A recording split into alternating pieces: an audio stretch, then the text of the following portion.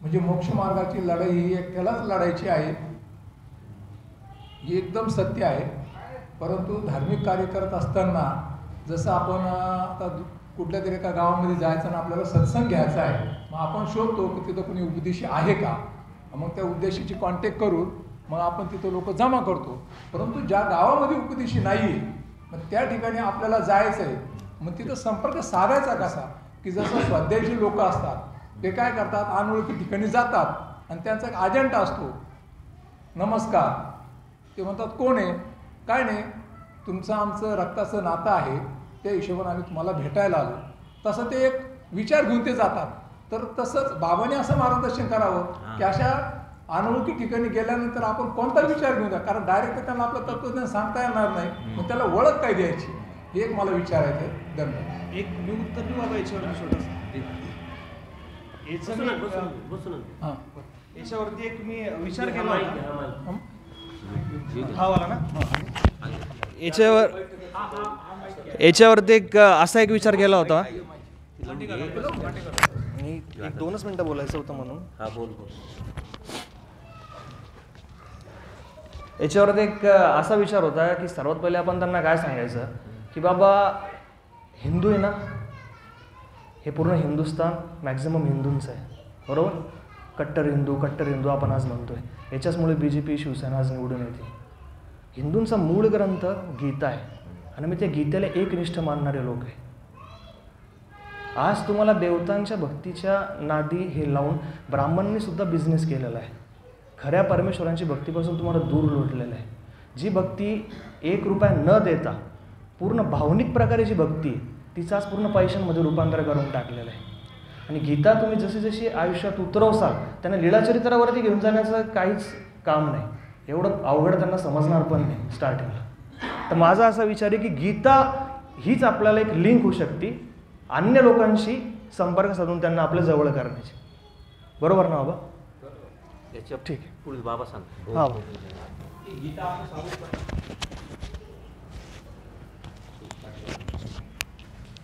बघा, अत्यंत सुंदर जाधव साहेबांनी प्रश्न उपस्थित केला. यावरती अगोदरही मी बोललेलो आहे बऱ्याच ठिकाणी, आणि ती परमेश्वरानेच आपल्याला आयडिया दिलेली आहे. जे आता पुष्करदादांनी सांगितलं त्याला धरूनच आपल्याला चालायचं. आपण कुठेही आता उपदेशी लोकांच्या घरी गेलो, समजा हे उपदेशी असं कळालं, आता आपण उपदेशी या घरामध्ये जायलाच तयार नाही किंवा आपल्या मनामध्ये तोच न्यूनगंड आहे, तेव्हा अन्य लोकांपर्यंत जायचं अजून मिशन आपलं चालूच झालं नाही. हे पक्कं झालं तर मग ते मिशन आहे की नाही. तिथे गेल्यानंतर दंडोत प्रणाम, एकदा का दंडोत प्रणाम जर म्हटलं का त्याला लगेच आपलेपणा वाटतो. असा कोणी माणूस नाही. काही राहतात एकदम काठीण्य आलेले, परंतु मी उपदेशी आहे, तुम्ही उपदेशी आहे का? हो. सुरुवात अत्यंत जुजबी प्रश्नांनी करायचं आहे का तुम्ही उपदेश कधी घेतला, कोणाचा घेतला, म्हणजे गुरुचा अभिमान असतो. बरोबर, चांगले साधू संत चांगले भेटले. उपदेशी येण्याचं कारण काय, कशी परंपरा होती, काही प्रसंग घडला, म्हणजे त्यांना बोलतं केलं का त्यांना बरं वाटतं, कारण आजपर्यंत कधी त्यांना असं विचारलेलंच नसतं. आणि मग सुरुवात करू शकता का तुम्ही उपदेश तर घेतला आहे, पण का उपदेश घेतला, कशासाठी घेतला, त्याचा उद्देश काय, अभ्यास करता की नाही. जर अभ्यास करत नसेल तर त्या उपदेश घेण्याला काय अर्थ आहे. तुम्ही मिश्र भक्ती करता का, सर्व्हिसिंग करायची ना आपल्याला, त्याला खूप काही तत्त्वज्ञान शिकवायचं नाही. मिश्र भक्ती करत असेल तर ती कशी चुकीची आहे. अंधश्रद्धा, कर्मकांड, इतर देवतेची भक्ती हे करणं बंद करा. आणि मंडळांनी श्रीमद भगवद्गीता आणि सूत्रपाठ मोफत उपलब्ध करून दिलेले आहे. मागे मी तुमच्याकडे देऊन गेलो होतो ना, आजही पाहिजे असं तर देतो, पण तुम्ही अजून वाटलेच नाही तर ते देऊन उपयोग नाही आहे. तुम्हाला खर्चच करायचा नाही आहे. बाबा गीता वाचली का नाही वाचली, गीता जसं आता पुष्करने सांगितलं जगमान्य ग्रंथ आहे, आपला धर्मग्रंथ आहे. ती गीता जर आपण वाचली नाही तर आपण धर्माचे कसं, आपण हिंदू कसं. त्याला जर त्याचा युगो थोडा हट केला की तो म्हणतो हा बरोबर आहे, आणि त्याच्यात चुकीचं काहीच नाही, बरोबर आहे म्हणतो. गीता जर दिली फुकटमध्ये देताय, तुम्ही काही अपेक्षा करत नाही, आपोआप तो वाचायला लागेल. त्याचा फोन नंबर आला तुमच्याकडं, 10 दिवसानंतर 8 दिवसानंतर तुम्ही फोन करू शकता, काय चाललं आहे काही नाही, गीता वाचायला सुरुवात केली की नाही. तो म्हणेल बाबा वेळच भेटला नाही, काय हरकत नाही. पण 2 वेळा 4 वेळा जेव्हा फोन कराल तेव्हा रिलेशन मेंटेन होतील. तुमचा नंबर त्याच्याकडे जाईल, त्याचा नंबर तुमच्याकडे येईल. देवाने काय सांगितलं, जीव जीवाचं ऐकतो. आप्ताचं वाक्य लागे. आता जीव तर जीवाचं ऐकतोय, पण आप्त करावं लागेल ना. आप्त करणं म्हणजे 4 वेळा फोन करणं. आता तुम्ही आपलं रिलेशन का मेंटेन झालं, 2 वेळा 4 वेळा फोन केले, आपलेपणाने विचारलं काय चाललंय, बरी आहे, सुखा दुःखात. आपण आता काकांकडे भेटायला गेलो. का बरं भेटायला गेलो, तर उद्देश काय होता, दुःखाची वेळ. दुःखामध्ये माणूस गेल्यानंतर त्याला आठवणीत राहतं. तर तुम्ही आपण नातेवाईकाच्या दुःखात जातोच ना. अहो हे तर खरे नातेवाईक आहे. अच्युत गोत्र म्हणजे काय, हे तर खरे नातेवाईक आहे. यांच्या दुःखात सुखात जर गेलो आणि जातोय आपण गेलो तर ते कायमस्वरूपी पडणार. रिलेशन मेंटेन करून मग त्याला धर्माला लावायचं. बाबा तू एक काम कर, 4 गावांतले 4 लोकांशी कॉन्टॅक्ट झाले, त्या 4 लोकांमधले तुम्हाला रिस्पॉन्स फक्त एकच व्यक्ती देतोय किंवा 2च व्यक्ती देतोय, कारण सारे देत नाही, हा माझा अनुभव आहे. त्यांनी दिलं तर त्याला बरं ठीक आहे बाबा, तू एक काम कर, आता एक वेळ ठरव. रविवारी तुला कधी वेळ असते, तो रविवारी वेळ असते. रविवारी किती वाजता, 5 वाजता. मग 5 वाजता तू वेळ ठरव तुझ्या घरी, नाही तर तिथं कुठं जागा असेल, साऱ्या उपदेशांना एकत्र कर, आम्ही येतो. मग तुम्ही बाळासाहेब आहे, सुदामदादा आहे, किंवा संभाजीनगरचे सुदामदादा आहे, बाळासाहेब जे बी आहे, त्यांना 4 जणांना. आता तुम्ही 10 जणांना जेव्हा फोन करेल तेव्हा तुमच्याबरोबर 2 येतील. हे बी प्रयोग मी केलेले नाही, पोरांना ते सांगतोय. 10 जणांना फोन करणं म्हणजे ही सुद्धा तुमची क्रियाच आहे. त्या निमित्ताने कोण तुम्ही त्याच्याशी कॉन्टॅक्ट करताय. आता हे 4च जण आले, पण हे 4 जण आले ना, यांनी कमीत कमी 20 फोन करेल असेल नाशिकमध्ये, बरोबर ना किरण, कृष्णा, अनिलदादा साऱ्या गावाला सांगेल असं, नितीनदादांनी साऱ्या गावाला सांगेल असं, संभाजीनगर जायचं आहे, बाबांनी बोलवलं आहे, काय करायचं, यांनी हे कारण सांगितलं, त्यांनी ते कारण सांगितलं, त्यांनी ते कारण सांगायचं काम तुम्ही केलं आहे. यांनी काय होतं अजून एक सांगतो. आता पुष्करला तुम्ही सांगितलं, त्यांनी एक पहिल्यांदा कारण सांगितलं की नाही जमत आहे बाबा, अडचण आहे, समजून घ्या. परत तुम्ही दुसऱ्या वेळेस महिन्यानंतर कार्यक्रमात फोन केला, सांगितलं, त्यावेळेस त्यांनी कारण सांगितलं, नाही जमलं. तिसऱ्या वेळी आहे ना, तो कारण असूनही बी त्याला लाज वाटेल काय, 2 वेळा फोन केला, अरे आपण गेलो नाही, आता जा वाटला. त्याला तिथून काढणं आणि इथपर्यंत आणणं ही क्रिया नाही आहे का, ही सेवा नाही आहे का. म्हणून फोन करणं ही सुद्धा क्रिया आहे, ही सुद्धा सेवा आहे. मी जेव्हा पहिले कुठं जायचं असेल तर माझ्याकडे 100 पोरांची लिस्ट असायची, 100 जणांना मी फोन करायची. विचारा, नितीन आहे, सर्वांना विचारा तुम्ही, 100 जणांना फोन करायचे. त्या 100तून 10 जण, 5 जण, 6 जण माझ्याबरोबर निघायचे. मी असा विचार नाही करायचा, परंतु मी हा विचार करायचा का 100 जणांना त्या निमित्ताने फोन केले, इतर वेळेस निमित्त नसलं काय बळत फोन करू. फोन केला, काय चाललं जाऊ साहेब, बरं चाललंय, कसं काय, अरे असा असा प्रोग्राम आहे, असा असा कार्यक्रम आहे, तुला जमतंय का, मागच्या वेळेस तुला जमलं नव्हतं, ही पण आठवण करून देतो. आणि तुला 2 वेळा जमलेलं नाही, आता ही 3री वेळ आहे. त्याला लाजवायचं आहे बी, त्याला लाजही वाटते, तिसऱ्यांदा तो आपोआप येतो. नाही आला तरी हरकत नाही, फोन नाही तरी फ्री झाले ना. आता तुम्हाला कुठं पैसे लागत आहे, फक्त वेळच द्यावा लागतो. ती वेळ देणं सुद्धा धर्माला देतं. ही पण एक सेवाच आहे, ही पण एक तळमळच आहे. त्याच्यामुळं तुम्ही असे, पण तुमची इच्छा पाहिजे, तुमची तळमळ पाहिजे. तुम्ही 10 जणांना सांगाल तेव्हा 2 जण येतील, 50 जणांना सांगाल तेव्हा 4 जण येतील, आणि मग हळूहळू ही टीम तयार होती. आता काय आहे, आता नाही, मी यांना सांगितलंच नव्हतं का तुम्ही या, आपोआप 4 जण का होईना आले, हे लक्षात घ्या. ते 4 जण आता ॲक्टिव्ह झाले, हे काही लगेच ॲक्टिव्ह नाही झाले. विचारा त्यांना. किरणनी 50 वेळा नाही सांगितलं तेव्हा तो ॲक्टिव्ह झाला आहे, आणि मी 50 वेळा फोन केला तेव्हा तो ॲक्टिव्ह झाला. असे कितीतरी लोक आहे आज का त्यांना दररोज फोन करतात तरी ते इनॲक्टिव्हच कितीतरी आहे, पण तरी यांनी फोन केले, सांगितले. परत इथं येऊन सुद्धा कृष्णाने फोन केले, माझ्यासमोर फोन केले. रवींद्र पाटील होते समोर, माझ्यासमोर फोन केले, का हो तुम्ही निघताय का नाही, उद्या येताय का नाही. आम्ही आलोय, आता उद्या न येणारे 4 जण आहे, तुम्हाला विचारून पहा, आले तर या. ठीक आहे पाहतो, जमलं तर येतो. काय त्याला काय, त्याचं काय नुकसान झालं, नुकसान काही नाही. अशा पद्धतीनं जी टीम तयार होत राहते. अत्यंत सोपं आहे. तुमची तळमळ पाहिजे, इच्छा पाहिजे, संवाद साधायचा आहे तर खूप सोपं आहे.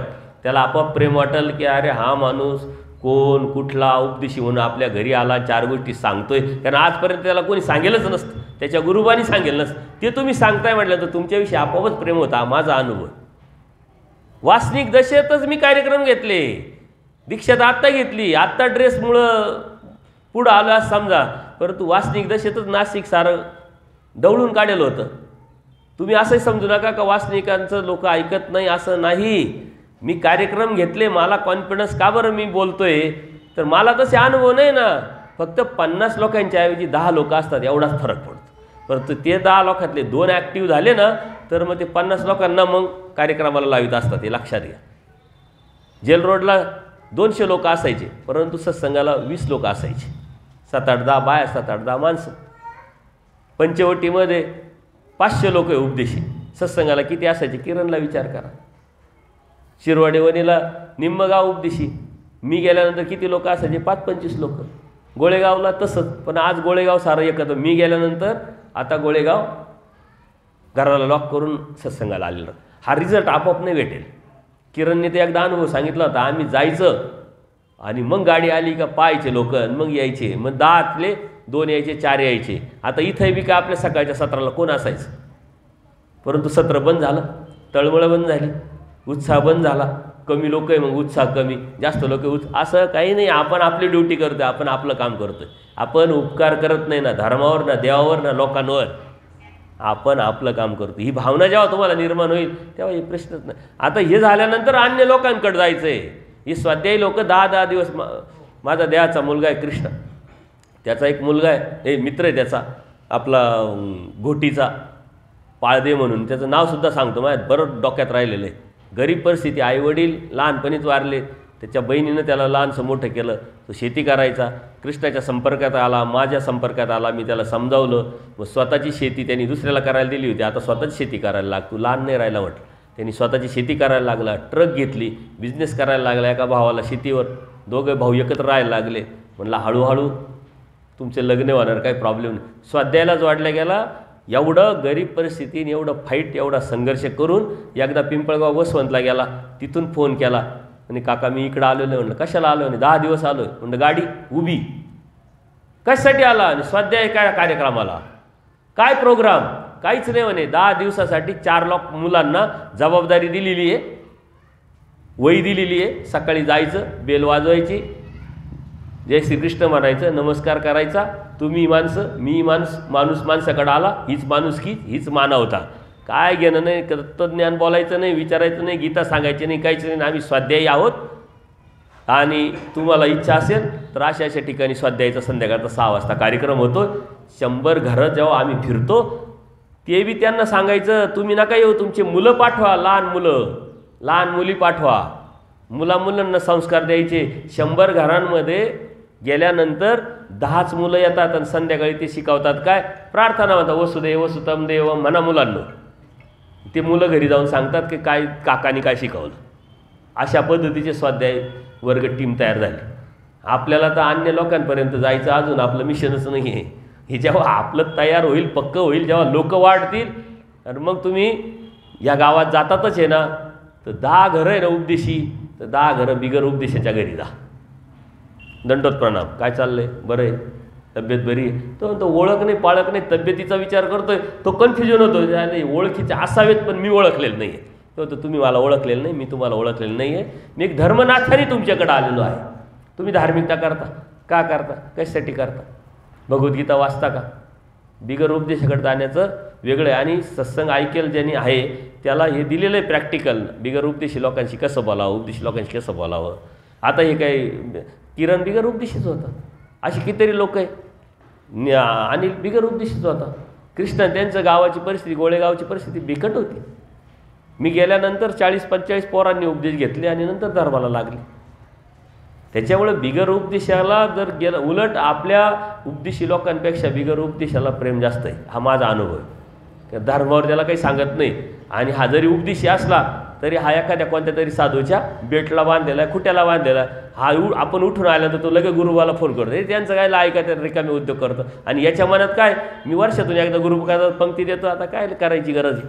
कारण त्याच्या डोक्यात ते दिलेलं आहे. त्याला मोल्ड करणं अवघड आहे. बिगर उपदेशाला मोल्ड करणं सोपं आहे. बिगर उपदेश किती लोक होते कॉन्टॅक्टमध्ये, नंतर किती लोक झाले.